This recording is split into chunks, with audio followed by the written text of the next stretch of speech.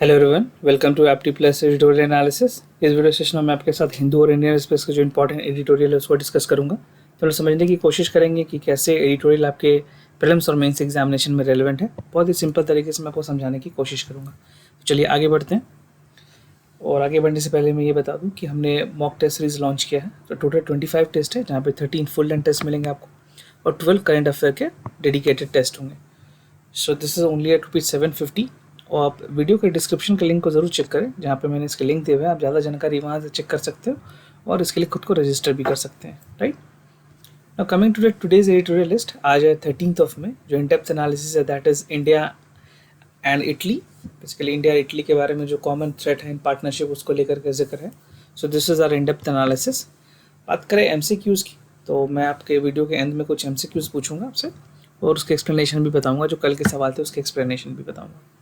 And there will be mains question. This is again from the in depth analysis. जो भी इन depth analysis होगी उसके through जो questions होंगे मेंस के आंसर राइटिंग के लिए, वो भी डिस्कस करेंगे, right. Now talking about the Hindu, यहाँ से riding roughshod over the state governments, COVID-19 and the path ahead. Indian Express है living with the virus and the Kerala way. So these are the total important editorial that I will be discussing today. तो सबसे पहले start करते हैं अपने इन depth analysis के साथ, जो कि है Italy India and the common thread in the partnership, right. तो ये आज के हिंदू में है। बात करें इस तरह के आर्टिकल की रेलेवेंस की, तो स्पेशली आपके जनरल स्टडीज़ के पेपर 2 के लिए बहुत ही इंपॉर्टेंट है, जहाँ पे IR से रिलेटेड जो सवाल पूछे जाएंगे उसमें ये चीज़ें इंपॉर्टेंट हो सकती है। नाउ पूरे एडिटोरियल में जो थीम है that is related to India and Italy, और कहाँ पे एक कॉमन थ्रेड है पार्टनरशिप का, जहाँ पे ये दोनों मिलके कुछ अच्छा कर सकते हैं, राइट। तो दोनों कंट्रीज़ के पास एक अपॉर्चुनिटी है, जहाँ पे जो मल्टीलैटरलिज्म सिस्टम है उसके उसको एक तरफ एक साथ करके जो बैटल है अगेंस्ट COVID-19 की जो पेंडेमिक, उसके खिलाफ लड़ी जा सकती है। और अगर बात करें इंडिया की, तो India is Italy 5th largest trading partner, 5वें नंबर पे है ट्रेडिंग पार्टनर में of European Union, and Italy is the 5th largest investor in India. तो इटली, इंडिया के जो इन्वेस्टमेंट की बात करें उसमें 5वें स्थान पे इटली का नंबर है। Now, what is common in this lockdown 3.0 has been again redefined in the phase 2 in Italy, because जिस तरह से हम phase 3.0 में अभी 17 मई के बाद क्या होगी, लॉकडाउन 4.0 भी स्टार्ट होने वाली है। तो उसी तर्ज पे इटली ने भी phase 2 का लॉकडाउन भी कंटिन्यू रखा है अपने में। और बात करें like India, Italy is also the country whose economy is solid manufacturing base. अगर एक कॉमनैलिटी की बात करें, तो जिस तरह से हमारा मैन्युफैक्चरिंग है, वहाँ पे इटली के भी काफ़ी अच्छी मैन्युफैक्चरिंग बेस है, राइट। ये तो एक ब्रीफ इंट्रोडक्शन है। आगे देखते हैं फाइनेंशियल जो बैकिंग की बात की गई है यहाँ पे। अगर इंडस्ट्रियल एक्टिविटीज़ की बात करें या जो फ्रेमवर्क की बात करें, जो फाइनेंशियल सपोर्ट सिस्टम है जो बिजनेस के लिए या सिटीजन के लिए, उसके लिए बेसिकली वहाँ पे बहुत सारी चीज़ें ऑलरेडी लॉन्च हुई है। जैसे हमने नेशनल लेवल पे कुछ कुछ चीज़ों को लॉन्च किया, तो यूरोपियन यूनियन ने भी अपने लेवल पे चीज़ों को लॉन्च करने की कोशिश की है। जो इटालियन गवर्नमेंट है उन्होंने प्रोवाइड किया है 15 बिलियन पाउंड के आसपास, जो वहाँ पे बेसिकली टू इंश्योर कि जो बिजनेस एक्टिविटीज़ है, जो नेसेसिटी लिक्विडिटी है वहाँ के मार्केट में, वहाँ के बैंकिंग सिस्टम में, वो इन्फ्यूज़ की जा सकी। और कल प्राइम मिनिस्टर की जो प्रेस कॉन्फ्रेंस में प्राइम मिनिस्टर ने क्लियर किया कि हमने भी 20 लाख करोड़ रुपीस का जो रिलीफ पैकेज है, एक इकोनॉमिकल स्टिमुलस पैकेज जिसको आप बोल सकते हैं, वो अनाउंस की गई है सरकार की तरफ से भी, इंडियन गवर्नमेंट की तरफ से, right. And it has also adopted the support for families. जो फैमिली जो है, जो स्मॉल मीडियम इंटरप्राइजेज हैं इंडिया में, अगर स्पेसिफिकली बात करें तो MSME जो है, okay, micro small and medium enterprises, या जो SMEs हैं, स्मॉल मीडियम इंटरप्राइजेज हैं, राइट। ये सारी चीज़ों को क्या मिलेगी, ग्रांट्स मिलेगा, लोन मिलेगी। जो डेट की जो रिशेड्यूलिंग है, जो मोराटोरियम है, उसके बेसिस पे आगे रिशेड्यूल कर सकते हैं, and other forms of financial support भी दी जाएगी, right. So this is the common thing in the financial backing of both Italy and India. ना बात करें पॉइंट ऑफ कन्वर्जेंस की, बात की गई है इस एडिटोरियल में कि कहाँ कहाँ कन्वर्जेंस हैं। तो पोस्ट COVID-19 के अगर सिनेरियो के बाद कुछ चीज़ों को अगर देखें, तो दोनों कंट्री के पास एबिलिटी है to bring the public goods and global commons to the centre of the political narrative and agenda. वो कैसे किया जा सकता है वो मैं आपको बताता हूँ। अभी रिसेंट में basically Italy and India has an extraordinary chance to closely cooperate for next month. वो कैसे कर सकते हैं, क्योंकि अगर बात करें जो प्रेसिडेंसी है G20 की, तो 2021 में इटली के पास होने वाली है और इंडिया के पास 2022 में, right. So this would be again a very important forum for country like India and Italy to make a global governance, right. G20 आपको पता है is a world main forum for the global governance. तो यहाँ पे post pandemic के बाद जो recovery है, जो कोविड-19 की जो जिस तरह से चीज़ों को उसके नुकसान उठाने पड़े हैं सारे कंट्रीज़ को, उसके बाद एक ग्लोबल गवर्नेंस ऑर्डर में बहुत सारी चीज़ों को रिफॉर्म किया जा सकता है, right. So it is very essential to maintain the coordination between the India and Italy. साथ के साथ it will provide for an unique opportunity for जो इंटरनेशनल डिस्कोर्स है उसको लेकर के। तो मैं आपको बताता हूँ कुछ खास चीज़ें हैं जो स्पेसिफाई की गई हैं, जैसे taking the advantages of economic complementarities to strengthen the partnership on the shared values, ठीक है। किस तरह से इकोनॉमिक रिवाइवल की जा सकती है, क्या एक नेक्स्ट स्टेप हो सकता है, क्या अल्टरनेटिव हो सकते हैं इकोनॉमिक रिफॉर्म के। उसके अलावा scientific knowledge and technological upgradation, as you know, scientific temperament and upgradation of technology has become pivotal for country like India, right। और development of rule based international system, जैसे कि promotional of just trade, inclusive growth and realization of agenda 2030। जो 2030 के जो benchmark set की गई है उसको कैसे अचीव कर सकती है इंडिया, साथ के साथ जो कॉपरेशन है अदर कंट्रीज के साथ उसके साथ को मिलाते हुए, right. So it would be very essential to make the realization of 2030 agenda. Now also to promote the sustainable, equitable and durable economy. ये वर्ड्स आप ध्यान रखना, क्योंकि इस तरह के जो वर्ड्स हैं ये आपको मेंस में लिखना काफ़ी ज़रूरी है। तो बेसिकली 3 वर्ड है यहाँ पे। First is sustainable, second is equitable and third is durable, ठीक है।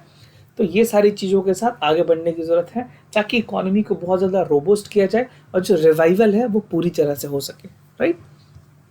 नाउ इन बात करें अगर इटली की स्पेशल सपोर्ट की इंडिया को लेकर के, तो Italy has supported India membership to जो एक्सपोर्ट कंट्रोल रिजीम है, जिस तरह से MTCR है जो मिसाइल टेक्नोलॉजी कंट्रोल रिजीम है, या जो Wassenaar agreement and the Australian group है, उसमें भी इटली ने काफ़ी अच्छा वेलकम सपोर्ट किया इंडिया का। So we already had a very cordial relationship with Italy. So this is a time to set a roadmap and go ahead with a positive note. तो यहाँ पे बहुत ही पॉजिटिव तरीके से बढ़ने की ज़रूरत है ताकि दोनों कंट्री के साथ मिल करके जहाँ भी जो वैक्यूम है उसको फिल किया जा सके, right. So this was a entire theme of this editorial. Now इसी पे एक मेंस का सवाल है आपके लिए। तो discuss how India and Italy can together set a goal to overcome the pandemic of कोविड-19। तो स्पेशली आपको जो अपने आंसर लिखने हैं वो कोविड-19 से ये दोनों देश कैसे लड़ सकते हैं, क्या स्ट्रैटेजी हो सकती है, उसके बारे में जिक्र करना है। तो आप अपने आंसर हमें व्हाट्सएप नंबर पर ज़रूर भेजें। जैसे हमें कॉपी रिसीव होगी within 48 hour we will resend the copy to you. Now coming to the Hindu, यहाँ से कुछ इंपॉर्टेंट एडिटोरियल है। So the first is writing roughshod over the governance statements. Basically अगर बात करें यहाँ पे तो जनरल स्टडीज़ पेपर 2 से ये चीज़ें इंपॉर्टेंट है, function responsibility and union of state. तो बात की गई है रिसेंट में जो परसों prime minister and chief ministers की सारी मीटिंग्स हुए हैं। So the entire concern is related to that. So centre has directed the state government to enforce a new set of guidelines, right. और जो गाइडलाइन है states only will be allowed to increase and not dilute the restriction. तो state को बाकायदे ये चीज़ instruction दी गई है कि जो भी गाइडलाइन सेंट्रल गवर्नमेंट की तरफ से प्रोवाइड की गई है उसमें कुछ भी कमी नहीं लाया जा सकता है। स्टेट चाहे तो और उसको सख्त बना सकते हैं। They can make it more stringent and more restriction, right. तो this is the centralised approach जो कि काउंटर प्रोडक्टिव हो सकता है, क्योंकि जो बार बार बातें की जा रही है जो हमने अभी तक एडिटोरियल कंटिन्यूस बेसिस पर डिस्कस किया है उसमें ये पता गया है कि डिसेंट्रलाइजेशन बहुत ज़रूरी है, क्योंकि जो ये लड़ाई है वो स्टेट्स लड़ी है और हर स्टेट्स की जो ज़रूरतें हैं वो अपने हिसाब से अलग है। और दिल्ली में it's very important to make the policy, but जब बात आती है रियल टाइम में उसको एग्जीक्यूट करने की तो स्टेट गवर्नमेंट के पास फिर काफ़ी चैलेंजेस होने लग जाती है, राइट। तो ये कहीं ना कहीं जो फेडरल स्ट्रक्चर है उस पर एक तरह से स्ट्रेन बन करके उभरा है। और जो गाइडलाइन प्रोवाइड की जा रही है सेंटर द्वारा स्टेट को, that is under the disaster management act which is considered to be the unconstitutional. इसमें बात की गई थी कि कोविड-19 से रिलेटेड एक लॉ बननी चाहिए।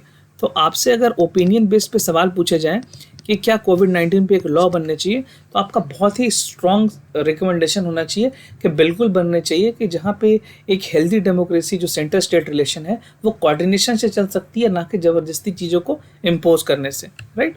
तो जो disaster management in the field of legislation do not find the mention in the list of either 2 और 3। जो हमारे 3 लिस्ट हैं जो मैं आपको पहले भी बताया हूँ, हमारे पास सेंटर की लिस्ट है that is called union list, उसके बाद स्टेट लिस्ट, उसके बाद concurrent list.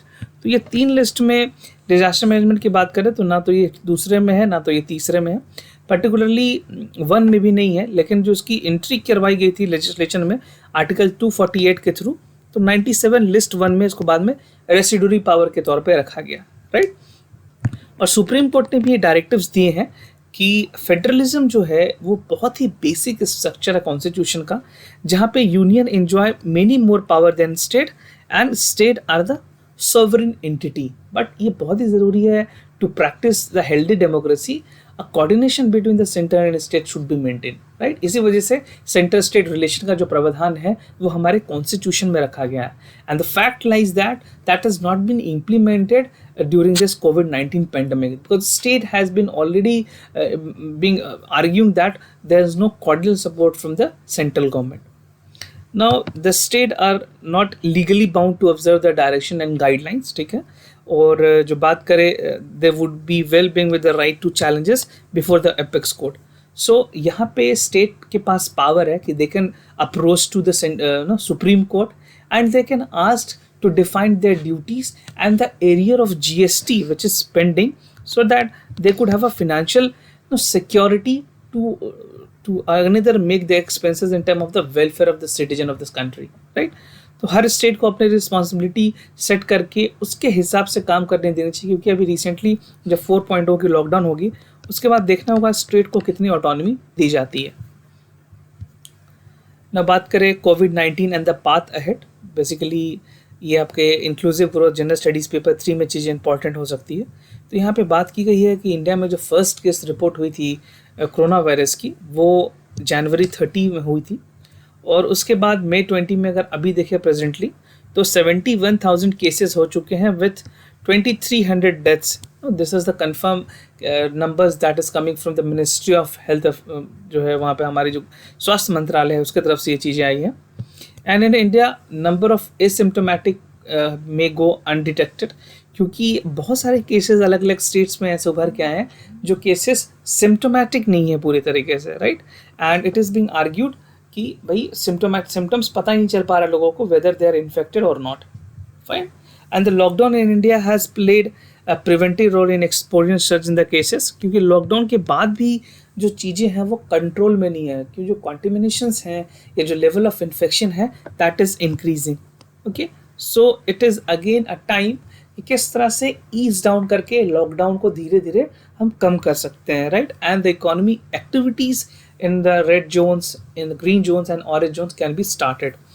So the approach to the management of COVID-19, India needs to have a blend of acute disaster management, कि किस तरह से मैनेज किया जा सके, जो सारे सेक्टर्स हैं, जो माइग्रेंट लेबरर्स हैं, जो डेली वेज अर्नर्स हैं, उनके लिए क्या काम हो, और लॉन्ग टर्म पब्लिक हेल्थ को किस तरह सुधार किया जा सकता है। साथ के साथ जो इकोनॉमिकल मेजर्स है जितने मैंने आपको बताया, इस इकोनॉमिक मेजर्स को सारे जोन में कैसे इम्प्लीमेंट कर सकते हैं, और जो स्टेट गवर्नमेंट को जो ऑटोनॉमी देने की ज़रूरत है ये सबसे ज़्यादा ज़रूरी है, right. It need to give autonomy to the state so that they can function accordingly. Now बढ़ते हैं इंडियन एक्सप्रेस की तरफ।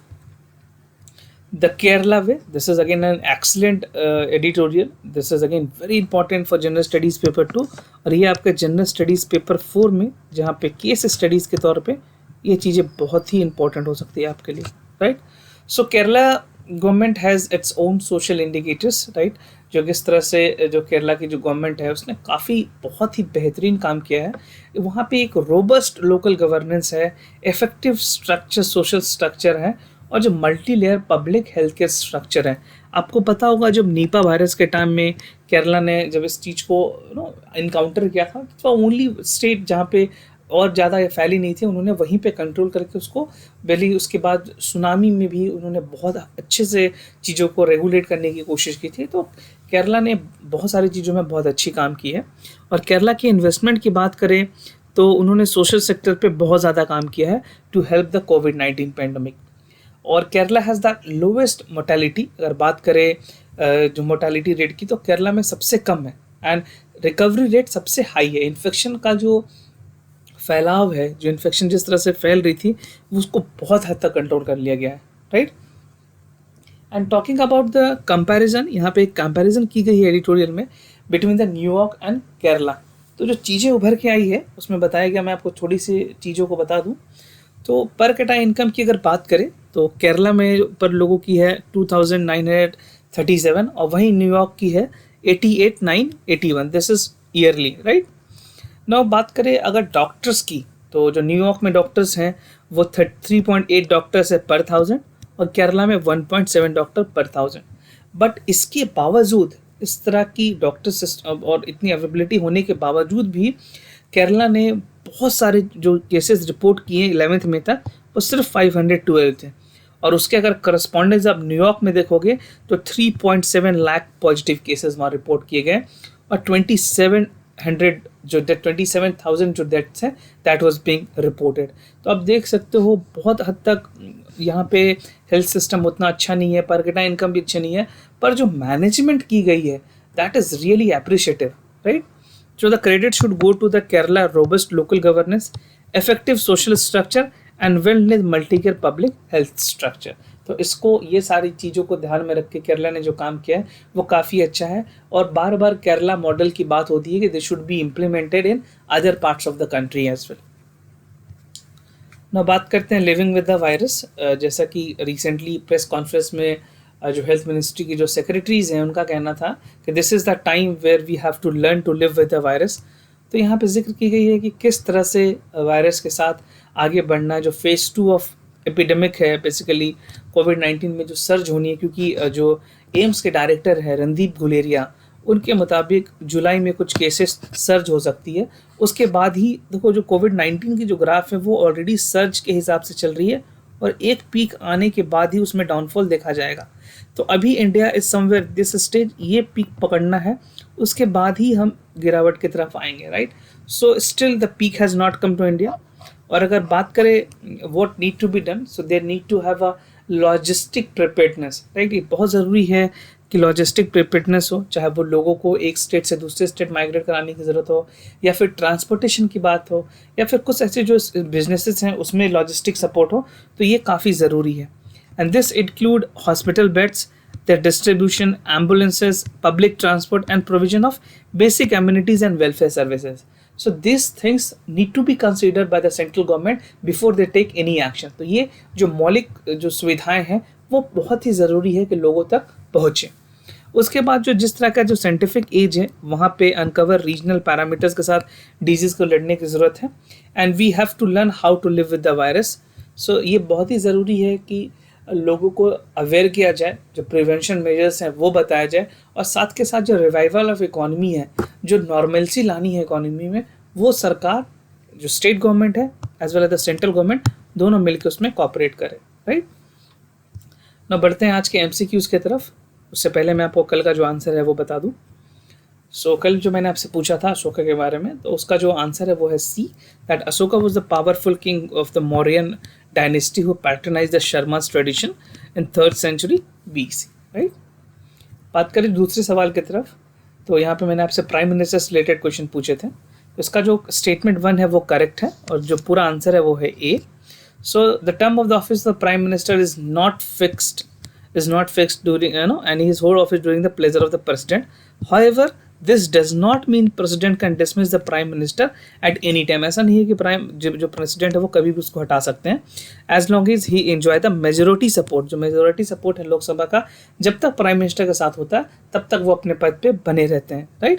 However, if he lose the confidence of the लोक सभा, he must resign to the president to his dismiss। तो वो वहाँ पे उस टाइम पे रेजिग्नेशन सबमिट करनी होती है। और जो सेकंड स्टेटमेंट है वो इनकरेक्ट है, that is the salary and the allowances of the prime minister are determined by the parliament time to time, right. So this is the correct explanation of it. तो बढ़ते हैं आज के सवाल की तरफ। जो पहला सवाल है वो करंट अफेयर्स है, and this is again very important, you must have read this in newspaper. jacking recently seen in news is related to which of the following? Spread of COVID-19 through social interaction, spread of disease through juices, attack carried out by hackers through USB charging cable, or nutrition juice made by jackfruit, right? So as you know, what you can do, you can write your answer in the comment below. अब हमें नीचे comment section में अपने जो correct answer है वो बता सकते हैं. Now the second question is again from the current affair. With reference to the draft on cross-border insolvency, consider the following statement. The first is the draft policy was released by the Ministry of Finance. The initiative of cross-border initiative insolvency was a bankruptcy code 2016 and the International Law Committee and recommendation the adoption of unilateral model for the cross-border insolvency. So ये तीनों काफ़ी important है, ये आपकी economy में direct इस तरह का सवाल पूछे जा सकते हैं, राइट? तो कौन से करेक्ट स्टेटमेंट है? 1 and 2, 2 only, 2 and 3 और 1, 2 and 3. So whatever you feel is the correct answer, you can let us know in the comment section down below, right?